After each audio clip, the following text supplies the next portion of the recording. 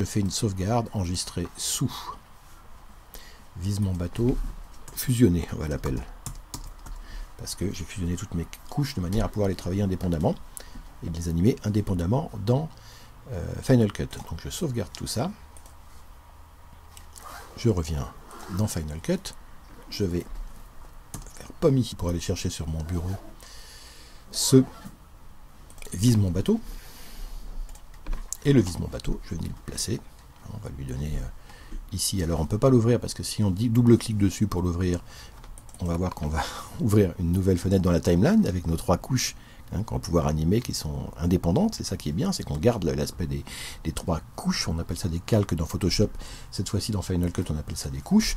Mais donc je reviens sur ma séquence de départ et soit je le mets ici dans le visualiseur. Voilà, je le pose ici et on va l'allonger jusque là. On le fait durer sur le plan. Alors le voilà pour le moment. Maintenant, il ne me plaît pas forcément comme ça, c'est-à-dire je vais m'amuser à l'animer et c'est ce qu'on va voir tout de suite. Alors cette fois-ci, on double-clique dessus. On va commencer par décaler un petit peu les choses, comme ça, pour que les 3 arrivent l'un après l'autre. D'abord vis, ensuite mont et ensuite bateau.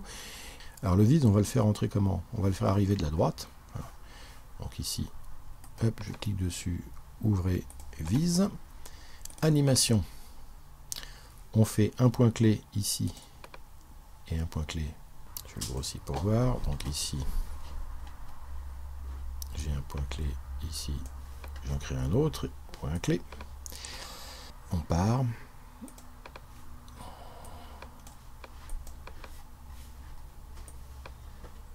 Ici pour le faire arriver comme ça. Et au départ, il va être également beaucoup plus gros. Voilà. Donc ça va créer un effet d'arrivée massive en prenant en même temps son bon positionnement. Le mont, on va le faire arriver sur un tourné de page. Donc effet, c'est une transition vidéo et c'est tout à la fin des transitions vidéo que l'on a tourné de page. Donc voilà, je mets un tourné de page. Simplement ce tourné de page, ici, je vais entrer dedans. Et vous allez voir, je vais cliquer ici, ce petit bouton d'inversion du tourné de page. Et ensuite, hop, il faut que je trouve la direction qui me permet d'avoir le meilleur effet. Voilà, je vais le faire arriver. Non, on pourrait le faire arriver d'en haut en fait.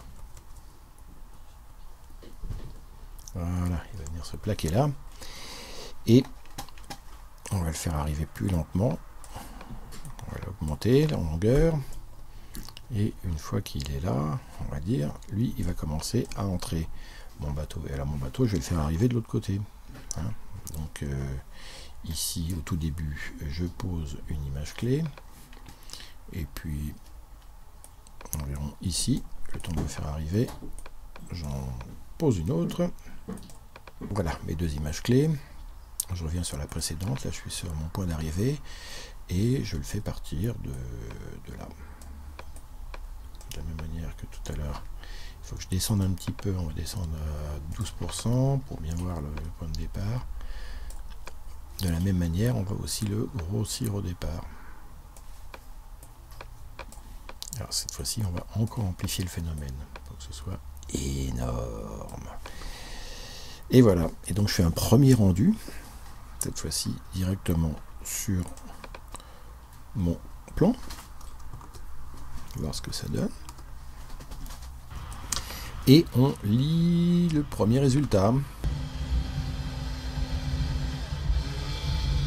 Alors c'est pas mal, mais un petit peu mou. On va changer 2-3 paramètres pour faire arriver le vise, qui arrive quand même pas mal, mais le bateau arrive trop lentement.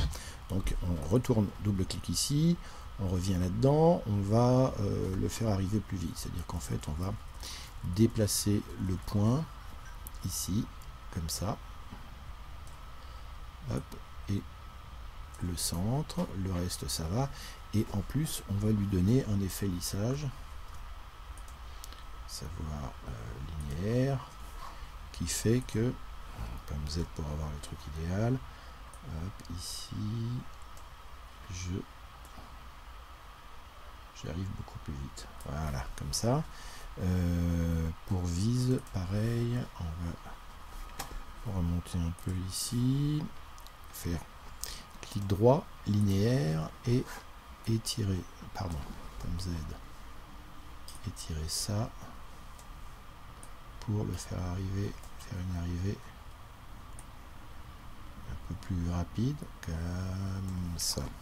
Je refais un rendu sur mon image de départ. Vise mon bateau. Alors pour la sortie, par exemple, disons qu'ici on en a assez, pareil, on peut essayer de trouver une sortie originale. On va mettre sur chaque couche un point au même endroit. Point d'animation ici, il y est. On va sur la couche 1, point d'animation au même endroit. Troisième ici. Et on va les faire exploser chacun dans leur coin en quelques petites secondes, comme ça. Pareil, point d'animation. Point d'animation sur la couche 2, un point d'animation ici. Et là, je reprends, je suis sur vise, alors je vais le faire exploser, il est arrivé d'ici, on va le faire partir de là. Mon, on va le faire partir vers le bas. Et bateau, on va le faire partir par là. Ou vers le bas aussi, ou comme ça. Non, vers le haut. Voilà.